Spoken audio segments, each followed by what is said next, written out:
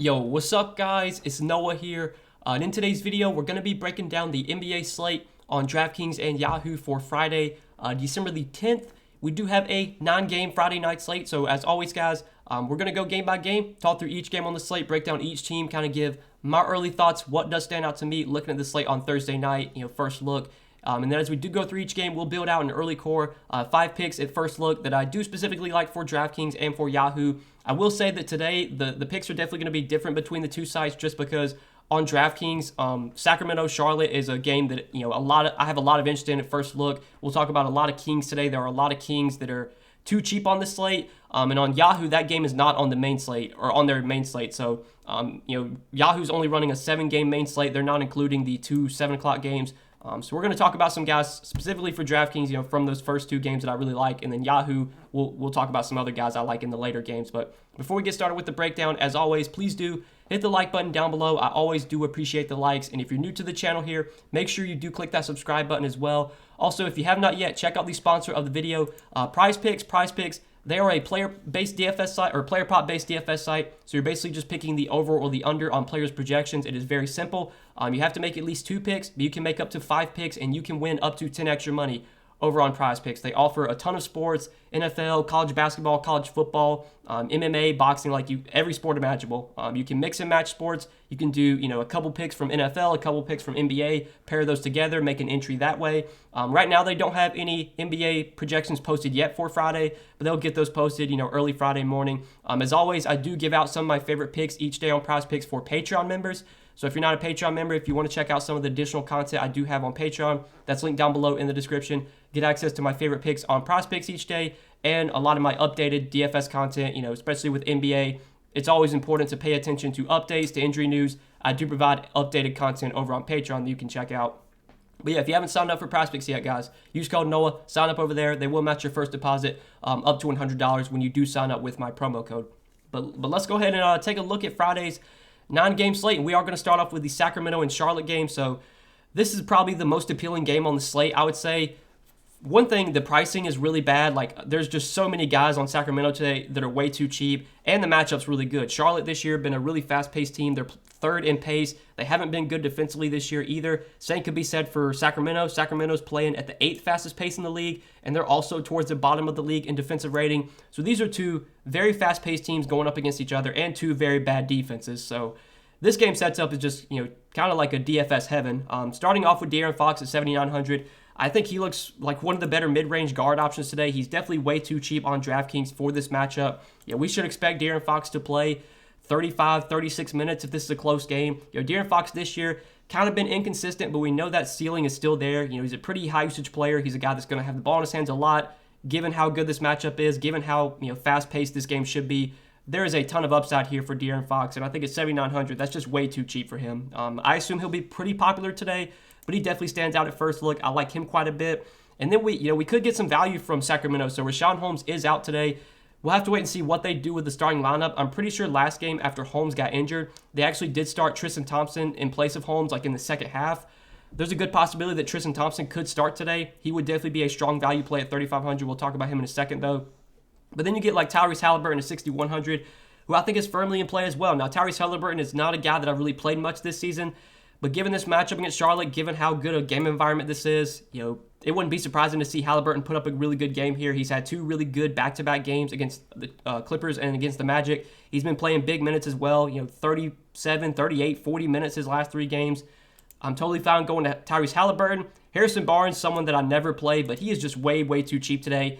5,400 for Harrison Barnes. I don't know why he's this cheap. First game back from injury last game against the Magic. He did play 30 minutes, so he wasn't limited too much. Now, normally, Harrison Barnes does play around 35, 36 minutes. I assume he'll play probably a few more minutes today than he did last game. The matchup's really good against Charlotte, 5,400. That's way too cheap for Harrison Barnes. He's been around a fantasy point per minute player this year, and he's going to play over 30 minutes in a great matchup. He should be closer to 6,500, closer to 7K. He's just way too cheap right now. He was too cheap last slate. He was a pretty good play last slate, and I think he does stand out once again today. So I like Harrison Barnes quite a bit at 5,400. I think Buddy Hield's more of a tournament play, but definitely viable. Charlotte this year has been giving up a ton of 3-point attempts. We saw Buddy Hield do really well in the same matchup, earlier this year. Took 17 threes, shot the ball pretty well, had 38 DraftKings points. Again, more of a tournament play, but Buddy Hield, definitely viable. Then Chimezie Metu, 4,600, probably not going to go there. Now that Harrison Barnes is back, like his minutes just not as secure. He still did play 23 minutes off the bench last game, but I doubt I would consider him a top play today. Again, we're going to have to wait and see what they do with the starting lineup. I doubt they would start Metu at center. The most likely scenario is, again, that Tristan Thompson starts, which, we'll talk about him. Terrence Davis, though, 4K. I didn't have that much interest in Terrence Davis last slate with Mo Harkless returning, but actually, they didn't even play Mo Harkless. Mo Harkless was active last game, but he didn't even, see the floor. Terrence Davis still did start last game and played 30 minutes, and he's been starting in place of Harkless lately. I thought, with Harrison Barnes coming back, that maybe they would, start Harrison Barnes over Davis, but they stuck with Davis in the starting lineup, so I assume that Davis will start once again. He's 4K. He's been getting good minutes when he's been starting. He's been productive as well when he's been on the floor. I think at 4K, he probably stands out as one of the better value plays just at first look. There could be better value open up as the day goes on, but I definitely like Terrence Davis today as a value, assuming that he is still in the starting lineup. And then the bigs, Marvin Bagley, Tristan Thompson, like these guys should be in line for more minutes with Holmes out. Holmes only played like 10 minutes last game before he got injured. We saw Bagley play 19 minutes. Now that Harrison Barnes is back, I do question, how many minutes Bagley can really play. Do they want to play him, 25, 30 minutes? I don't think so, but 3,700, he's cheap enough to where I think he is, more of a tournament play, but definitely viable. And then if Tristan Thompson starts, 3,500, he's going to be a really good value. He played 21 minutes. Again, he did start the second half in place of Richaun Holmes after Holmes got injured. He was very productive too, had 31 DK points. Tristan Thompson is a guy that, when he's going to be on the floor, he's going to grab rebounds. He's going to get, points around the basket. He's not a super high upside guy, but at 3,500, it's not like we need him to go out there and put up 50 DraftKings points. I mean, if he gives us 30 DK points today, he's going to be a great play at 3,500. So I think Tristan Thompson, if he starts, is a really strong value play. And if Alex Len were to start, I mean, he's 3,100. You could definitely consider Alex Len too. He played 17 minutes last game. I think for the most part, you're going to see kind of like a two-headed committee at center. You're probably going to see the center minutes split between Thompson and Alex Len. Maybe Marvin Bagley plays a little bit at center. But really, whoever winds up starting, I would feel the most confident in when it comes to minutes. I assume that'll be Thompson. If he does start, he'll be a good value. But yeah, man, there's a lot to like from Sacramento today. Really good matchup, good game environment, and all these guys are underpriced for the most part. Now on the Charlotte side, Charlotte's going to remain super shorthanded once again. They're without like all these key guys: LaMelo, Rozier, Plumlee, Ish Smith. We've seen them basically run an 8-man rotation these last few games, and they've been giving heavy minutes to their main guys: Kelly Oubre, Miles Bridges, Gordon Hayward, PJ Washington, Cody Martin. Like all these guys have been playing 30 plus minutes a night. Last game, Kelly Oubre played 41 minutes in regulation. 7,800. He's priced probably where he should be, but I still think he's playable just because he's getting so many minutes right now, and he's taking a ton of shots too. Like when Kelly Oubre is on the floor, especially without LaMelo and without Terry Rozier, like they're going to give the ball to Kelly Oubre a ton. He's going to take a lot of shots. Back-to-back games now with at least 22 field goal attempts. I think Kelly Oubre is for sure in play, just probably priced where he should be. Miles Bridges at 7,700. He's kind of had back-to-back pretty bad games, but I definitely like Miles Bridges. He's also going to play a ton of minutes. I mean, he played 43 minutes in regulation last game. He might play 40 minutes today if this game stays close. I think Miles Bridges is firmly in play. Same with Gordon Hayward, who played over 40 minutes last game. I mean, these guys are just getting so much run right now that even though they're priced where they should be, they still have a pretty high ceiling, because when you're playing this many minutes, I mean, you're obviously going to be able to score a lot of fantasy points when you're on the court for that much. So, I mean, Oubre, Bridges, Hayward, all in play for me. PJ Washington, I'm not as interested in. At 6,600, I think he's priced probably where he should be. He's still been coming off the bench lately, so that hurts his minutes a little bit. I still think most nights he's going to play around 30 minutes, but at 6,600, I think PJ Washington's probably my least favorite play from Charlotte. And then Cody Martin, another guy that's just going to play a ton, 43 minutes last game. He's not a super high upside player. His price has also come up to 5,700. He's probably like my fourth favorite play from Charlotte today, but just because he's getting so many minutes right now that Cody Martin's definitely viable too. But I think the main three guys here, Kelly Oubre, Miles Bridges, Gordon Hayward, all pretty solid plays. And I think Cody Martin's viable. The bench guys I'm probably not going to go to, like Boak Knight and JT Thor. They've been getting some run, but not enough to where I think they're really viable. So that's really pretty much it for that game. Next one, Dallas and Indiana. So looking at the Mavs here, Luka, I think on this slate is a fine pay-up option at 11K. We do have other pay-up options today. You got KD and Harden. You got Trae Young. You got Giannis on this slate in a pretty good spot against Houston if that game can stay close. There's some other pay-up options that I do like, but I think Luka is definitely viable. Luka is basically in play for me every slate. I think this matchup against the Pacers is, kind of mediocre. I don't think it's like a great spot for Luka or anything. In general, I don't think this will be like a super fast-paced game. I think pretty sure both these teams so far this year have been playing pretty slow. Dallas is 27th in pace, and the Pacers are 22nd. So, yeah, both these teams are towards the bottom of the league in pace, but we know Luka's just super, super talented. He can put up a massive game any night. If I had to play anyone on Dallas, it would be Luka. I think Porzingis at 8K is fine. I don't think he really stands out on this slate. He's not like my favorite player or anything, but he's viable. And that's probably the only guys I'm considering from Dallas. I don't think I'd play anyone else on Dallas. Now, on the Pacers side, Pacers are kind of a tough team to get to just because where they're all priced at, nobody really stands out. That's kind of how it's been these last few slates. Like Sabonis is almost 10K, Brogdon's over 8K, Miles Turner's a guy that I really never play. He's viable, he's got upside, but he's just been so up and down. He'll randomly pop off from times and put up like 45, 50 DK points, but I'm probably not going to play Miles Turner. Same with Karis LeVert, who's just been so inconsistent this year. He's looked a little bit better lately, but I still think at 5,800, like Karis LeVert's probably priced where he should be. I don't really like too much from the Pacers today. I think, the main guys you would want to target are the starters, Sabonis, Brogdon, Turner, LeVert, even Duarte's fine, but there's no standout place here. I think all these guys are just kind of, tournament flyers, in my opinion. So moving on to the next game, Brooklyn and Atlanta. So looking at Brooklyn, KD and Harden, totally fine to pay up for. When they're both healthy, when they're both playing alongside each other, they're never like priority spend ups for me just because they take away so much usage from each other. And where they're priced at, like it's hard to consider them like top plays where they're priced at. I think I probably would rather play Luka over KD and Harden. But we know James Harden has massive upside. We know he's going to play a ton of minutes if it's a close game. He's definitely playable. Same could be said for KD. Between the two, I think I'd give a slight edge to Harden over KD. But both these guys are fine pay-up options. They're really the only two guys I'm considering from Brooklyn. I guess you could go to LaMarcus Aldridge at 5,500. He should continue to start, play around 30 minutes. Last game he only played 23 minutes for some random reason, but I think most nights Aldridge is going to play around 30 minutes. He's 5,500, totally fine to play. But there's really no standout, core options coming from this Brooklyn team, I don't think. So we can go ahead and move on to the other side of this game, talk about Atlanta. So Atlanta, I kind of do have some interest in these guys. Trae Young at 10K.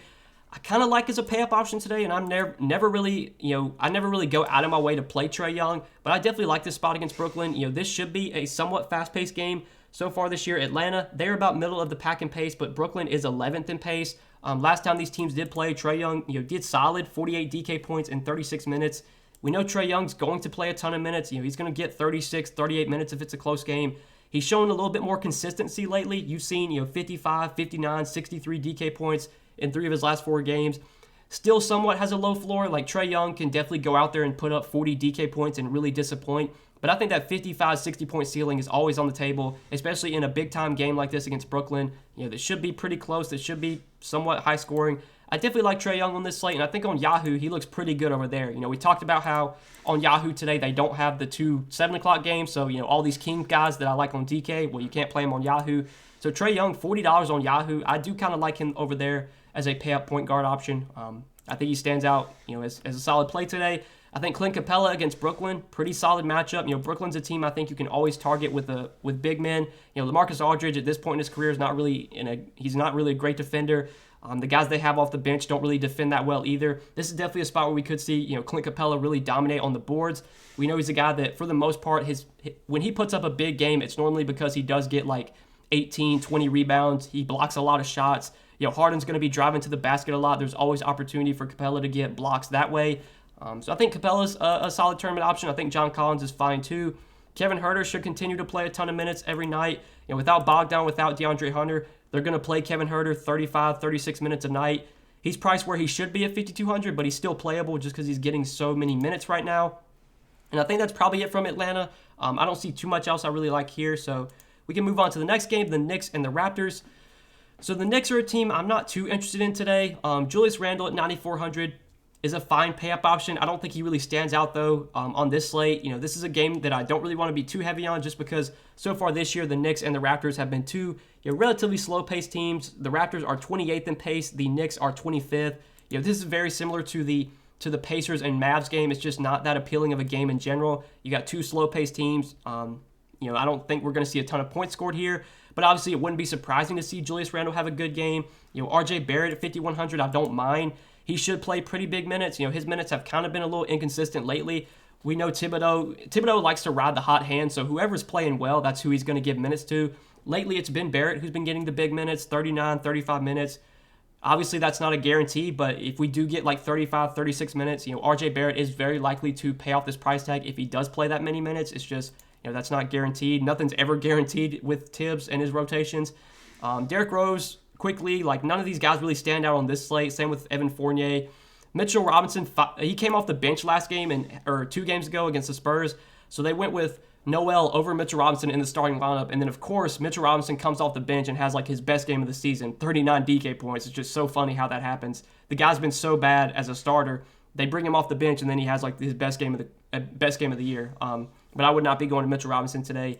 Really don't think there's a ton that stands out from the Knicks. I think Julius Randle and RJ Barrett are probably my 2 favorite plays here if I had to play anyone. And then on the Raptors side, we'll have to keep an eye on the injury status with Precious Achiuwa. So this is actually pretty important. Precious Achiuwa was out last game, and we actually did see them start Chris Boucher alongside Pascal Siakam. Now, Boucher only played 22 minutes, but we know Boucher is a very productive player when he does get minutes. He did have 23 DK points in those 22 minutes. He normally does average around a fantasy point per minute. So if we do get word that Achiuwa is out again and they wind up starting Boucher, I mean, Boucher at 4K, especially with power forward and center eligibility on DraftKings, Chris Boucher would definitely be one of the better value plays on the slate if he winds up starting. He would for sure be my favorite play from Toronto. I think Van Vliet and Siakam are fine plays, but they don't really stand out in a pretty gross game and a pretty mediocre matchup against the Knicks. Same with Scotty Barnes. Like Scotty Barnes, Scotty Barnes, Siakam, Van Vliet, like these guys are going to play a ton of minutes. So there's always a possibility that they have a good game. I don't think on this slate, though, that they really stand out as like top plays for me. I think my favorite play from Toronto would definitely be Chris Boucher if we get word that Precious Achiuwa is out again. But moving on to the next game, we'll talk about Milwaukee and Houston. So right now, Milwaukee with Giannis, he is currently probable. He's expected to play. Keep an eye on this. I'm pretty sure we've had scenarios in the past where Giannis has been probable and then he doesn't play. This is obviously a game that they should easily win with or without Giannis. I would think Giannis is going to play today, but it would not be surprising if they randomly, late scratch him or something. So keep an eye on this. If Giannis plays, at 10,900, like this is way too cheap for Giannis. I know he's had back-to-back bad games, but my God, 10.9 for Giannis. Like why is he this cheap? Like he should always be close to 12K. Like Giannis should always be 11.8, 12K. We're getting him at a pretty nice discount. The matchup against Houston, it's fantastic. Like Houston has nobody to stop Giannis here. The only thing I worry about is that, can Houston keep this game close so that Giannis plays his full minutes? That's the big concern. This game is being played in Houston, which I think helps to keep it a little bit closer. Right now, Houston at home, they're 8.5 point dogs. So, the spread isn't too massive, I would say. 8.5 point spread. I think that's enough to where we can expect a close game to where Giannis does play in the fourth quarter. If Giannis gets his full minutes at 10.9, he's pretty likely to do well. So I think Giannis is for sure my favorite play from Milwaukee. Drew and Middleton, I don't really ever play when Giannis is healthy. I think they're fine plays, but neither one stand out at their price points. Same with like Bobby Portis. Really, it's just Giannis for me, and that's probably it for Milwaukee. Now, obviously, if we get word that Giannis, if something goes bad and he can't play and Giannis gets ruled out, then that would completely change things. But for now, I'm expecting Giannis to play. But on the Houston side, so Houston, they're kind of injury depleted right now with KPJ, Jalen Green both out. There's a lot of minutes available in the backcourt right now. Starting off, though, with Christian Wood at 9,300. Tougher spot here going up against Milwaukee. Also a spot where Christian Wood can maybe get into some foul trouble, especially if, Giannis is going to be driving to the basket. Wood's a guy that so far this year, when he's gotten big minutes, he's been pretty productive. He's always been a pretty productive player when he's been on the floor. I don't think this is a great spot for Christian Wood. I don't think he's really like a standout play today, but we know Christian Wood can put up a big game any night. He's fine at 9,300, but more of a tournament play. He should be really low owned, I'd assume. Jae'Sean Tate should continue to get a lot of ball handling opportunities with KPJ and Jalen Green both out. Now, he only played 27 minutes last game, but we don't want to look too much into that because he did have 5 fouls. He was in foul trouble basically the entire game. I think as long as the game is closed and Jae'Sean Tate's not in foul trouble, he is going to play 34, 35, 36 minutes. He could be kind of tasked with guarding Giannis here. I don't think he would be the guy guarding Giannis just because that's a big size difference. But, if Tate winds up guarding Giannis, there's obviously some foul trouble concerns there. Still, though, at 6,900, Jae'Sean Tate, not like a top play for me, but definitely viable just because he is going to get a lot of minutes if it's a close game. And without KPJ and Jalen Green, I think there is a little bit more upside on the table for Jae'Sean Tate. Then you got Eric Gordon at 5,500. I think he's a fine option on DraftKings. I do want to talk about him, though, on Yahoo. So Eric Gordon is really cheap on Yahoo. He's only $14 at the small forward position. I think he looks like a pretty good value over there. Without KPJ and Jalen Green, we're going to continue to see Eric Gordon start and most likely play 30 to 32 minutes if it's a close game. He'll have the ball in his hands, plenty when he's on the court. He's a guy that so far this year, when he's gotten minutes, has been pretty productive. You look at his last few games, 35, 31, 27 DK points. Could have had a better game last game, but I'm pretty sure he did get ejected. I think like late in the third quarter or early in the fourth quarter, he got ejected. So he was on pace to go for over 30 DK points again last game. At $5,500 on DraftKings, I think he's priced where he should be. But again, $14 on Yahoo, that is pretty cheap for Eric Gordon. I think he looks like a decent small forward value over there. But I think that's it for Houston. I don't see too much else I like here. Do want to mention, though, that Armani Brooks did start last game. Now, so far this year, Houston has kind of been changing up the starting lineup. I'm pretty sure the game before that, they went with Daniel Tice in the starting lineup. They might start Daniel Tice today, just kind of have some size out there to go up against Giannis. So if Daniel Tice starts again, I would not go to Armani Brooks. But if Armani Brooks is still in the starting lineup, if he does wind up starting again, at 4K, he would be a very solid value play. He got 29 minutes last game in the starting lineup and was really productive, had 30 DK points. I would like him a lot for value, but again, we got to wait and see on that Houston starting lineup. My best guess is they probably go back to Daniel Tice, just because I think they're going to want Tice out there as a big body to go up against Giannis, but we'll have to wait and see. But yeah, we can move on to the next game, talk about Cleveland and Minnesota.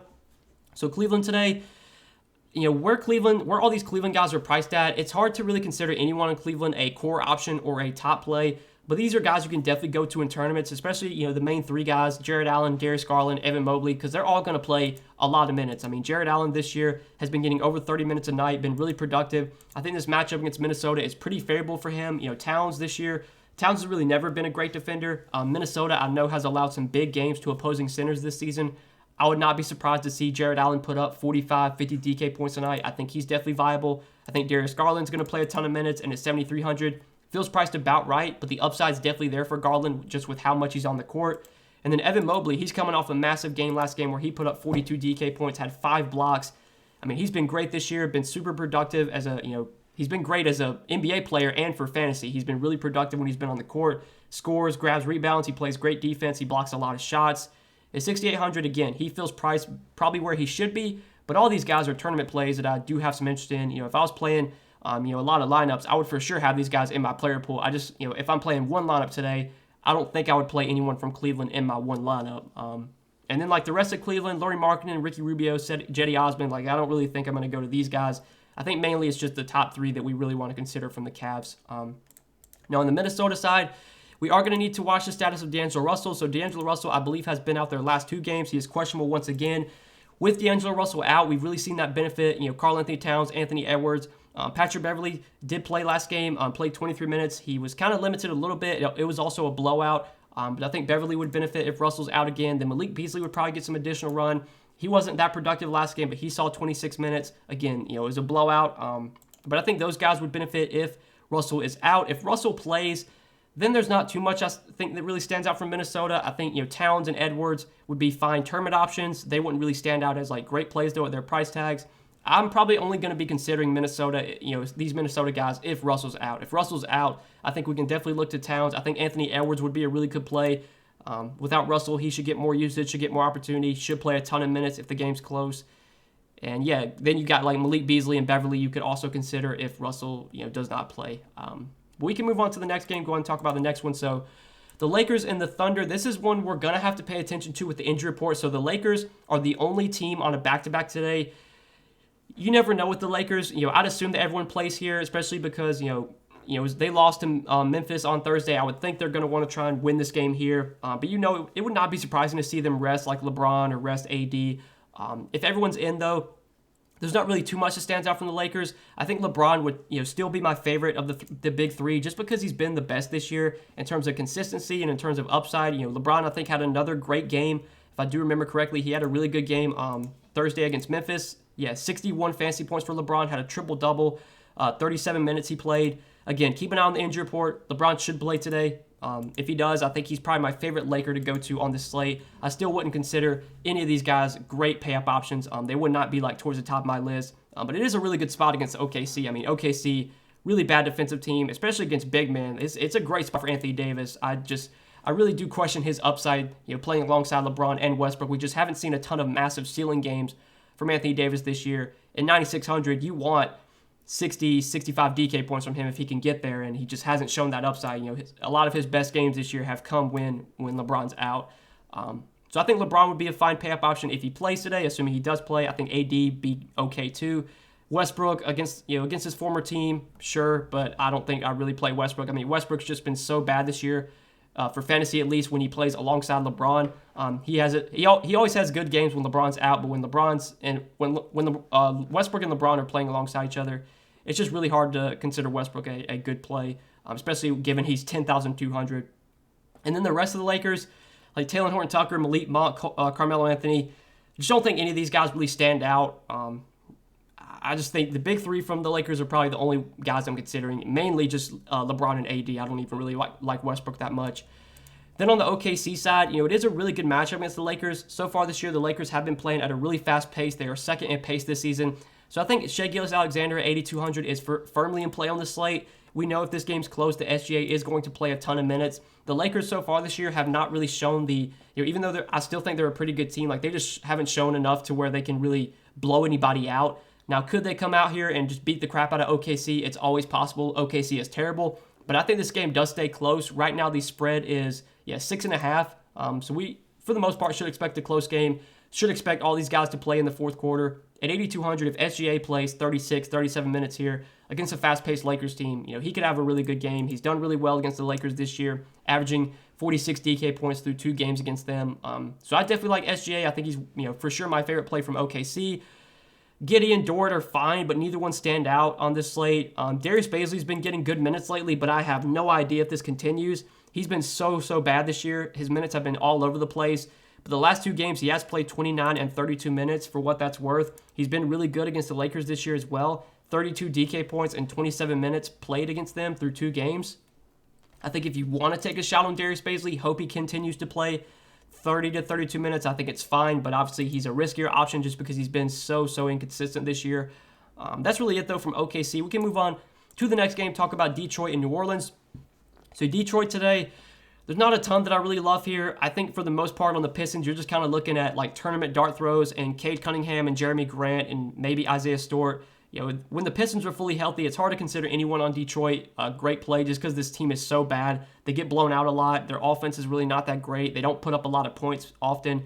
Usually when Detroit has good games and they keep games close, it's usually because of Cade Cunningham and because of Jeremy Grant. So these would definitely be the 2 guys I would consider if I was going to play anyone on Detroit. Cade Cunningham's going to play a lot of minutes if it's a close game. Same with Jeremy Grant. They're both probably priced where they should be, though. That's really it from Detroit. Now, on the New Orleans side, I kind of like a couple Pelicans today. Brandon Ingram at 8,700. Been playing really well as of late. Got over 57 DK points in 2 of his last 3 games. He's been playing massive minutes. 38 minutes in regulation in 3 straight games. I think if this game's close, we should expect 36, 38 minutes from Brandon Ingram. Detroit's not a good defensive team. This is definitely a good spot for Ingram. Again, his price is probably right, but I think he's definitely in play. I think J-Val is way too cheap. 8K on Draftkings. I love J-Val today at first look. I think he really stands out on DK. I think he looks like a pretty good play on Yahoo as well at $32. This is a great spot going up against Detroit. I'm pretty sure in terms of fantasy points allowed to opposing centers, I think Detroit is towards the top of the list. They have not been good defending centers this year. We should expect J-Val to play, pretty big minutes if this game's close. He played 35 minutes or 34 minutes in regulation last game. He's been getting at least 32 minutes in 3 of their last 5. As long as the game's close and he's not in foul trouble, I think we get over 30 minutes from J-Val. 8K is way too cheap for J-Val. Like, this is a guy that we were paying over 9K for, a week ago, and for some reason he's only 8K today. I think J-Val is one of my favorite plays on the slate for sure at first look. I'm going to be very interested to see what his ownership comes in at. I'd assume he's going to get a good amount of ownership. I think he's going to project pretty well for his salary. But regardless, I think at 8K, J-Val does stand out in a really good spot against the Pistons. Josh Hart at 5K I think is fine too. Like, Josh Hart, first game back from injury. I mean, no limitations for him. He played 37 minutes in regulation, 42 minutes in overtime, had 31 DK points. We've seen, when Josh Hart is starting and he's getting big minutes like every night. And, they didn't really limit him in his first game back, so I have to assume he's going to be good to go to play 35, 36 minutes tonight. At 5K, I definitely like Josh Hart on the slate. I think Josh Hart looks pretty good on Yahoo. Again, On Yahoo, we don't have we don't have as many games available to us. It's just a 7-game slate over there, so we can't consider a lot of these guys that we went to on DraftKings, mainly the Sacramento guys. I think $17 on Yahoo though for Josh Hart. He does look like a pretty good small forward play along with Eric Gordon. Two guys I do like over on Yahoo specifically. And that's probably it from the Pelicans. I think the main 3 guys, Ingram, J-Val, Hart are the 3 that I really like, and especially J-Val and Hart. I think those 2 really stand out at their price points. But that's it for this game. Last game of the night, the late night hammer. We got the Celtics and the Suns. So looking at the Celtics here, we know Jaylen Brown's going to be out once again for Boston, so that solidifies a very heavy role for Jason Tatum. Jason Tatum continues to get a ton of minutes every night, continues to handle the ball a ton, get a ton of usage. He's taking a ton of shots every night. I will say this matchup against Phoenix is not great. Phoenix this year have been a good defensive team, even though they do play pretty fast. They've been really good defensively. Mikal Bridges is a really good on-ball defender. I assume Mikal Bridges will be guarding Jason Tatum here. We see Mikal Bridges, he's done well to slow down a lot of studs this year. I know he did a really good job stopping Steph. He's done a really good job in the past stopping a lot of really elite players. Not saying that Jason Tatum's just going to get completely shut down today, but I don't think it's a great matchup for him. I still think, if you want to bank on the talent of Tatum, I'm totally fine with that. I mean, you look at his game log, it's just so pretty. At least 50 DK points in 5 straight games. Just been so consistent, playing a ton of minutes. And like I said, without Jaylen Brown, the usage is going to be there every night for Tatum. So at 9,900, I definitely have some interest in Tatum, even in a tougher spot. I think Dennis Schroeder is probably my favorite play, though, from Boston. He should continue to get a ton of opportunity without Jaylen Brown. He's been starting in place of Jaylen Brown whenever Brown's been out. Been playing pretty big minutes as well. Got up to 38 minutes last game against the Clippers. Had 38 DK points. He's been around a fantasy point per minute player this year, and he's going to play mid to high 30s minutes at 6,500. I think he's a fine mid-range guard option. I definitely like Dennis Schroeder on the slate. And I think on Yahoo, you can definitely play Schroeder over there, $23. Same price tag as Marcus Smart. I mean, I'd much rather play Schroeder if I had to choose between one of those 2. So I definitely like Tatum and Schroeder. I think Horford, Smart, Robert Williams, they don't really stand out on this slate. They're fine options, but Tatum and Schroeder are my 2 favorite plays from Boston for sure. Now on the Phoenix side, Devin Booker is going to remain out for Phoenix, so that does boost the upside a little bit for Chris Paul. Chris Paul should continue to play pretty big minutes as long as the game is close. Should get 34, 35 minutes here. We haven't seen a massive ceiling from Chris Paul. He did have 44 DK points against San Antonio last game, but he's kind of been disappointing these last few games without Devin Booker. I thought when Booker got ruled out against Detroit and against those other games, I was expecting some big games from Chris Paul. That really just hasn't been the case. But I think the ceiling for Chris Paul is definitely higher with Booker off the floor. He's just going to have the ball in his hands so much. He's very likely to get you a double-double. It's just, can he get you, that 55, 60-point game or 50-plus DK points? I think it's still on the table, especially in a game like this that should be close where they really want to play Chris Paul big minutes. I would assume this is a national TV game as well. I'd expect 36 minutes from Chris Paul at 8,300 without Devin Booker. He is playable for sure. I think DeAndre Ayton is fine as well. He should get some more shot attempts without Devin Booker. He's been getting a lot of opportunity around the basket. Chris Paul's been getting him a lot of lobs. I think it's 7,500. Fine center play. I'd probably rather play J-Val. I think it's a better matchup for J-Val. I think he has more upside. But DeAndre Ayton is a fine option too. Mikal Bridges, though, at his price tag, I don't really like him that much. I definitely question his fantasy upside at 5,600. If he was cheaper, I'd have some interest, but not at that price tag. And like Cam Johnson, Cameron Payne, Jay Crowder, I don't think on a 9-game slate I'm really going to be considering these guys. I think they're just kind of guys I'd be looking to maybe like on Showdown or something, but not on the full main slate. So yeah, I think that's it for this Friday night slate, guys. I hope you enjoyed the video. I appreciate you watching. If you did enjoy, please do hit the like button down below. Hit the subscribe button as well. Be sure, if you have not yet, check out the sponsor of the video, Prize Picks. Go sign up for Prize Picks. Use code NOAH when you do sign up, and they will match your first deposit, give you a free bet up to $100. You can take a look at what Prize Picks has to offer. You can make some picks for tonight's NBA games. You can do some NFL picks, college basketball, college football, whatever you want to do. Prize Picks has every sport imaginable. You can mix and match picks. Or mix and match sports, I should say. You can win up to 10 extra money over there. Sign up, use code NOAH, and they will match your first deposit up to $100. But that's it, guys. Best of luck on this Friday night slate. Hope you enjoyed the video, and we will see you in the next one.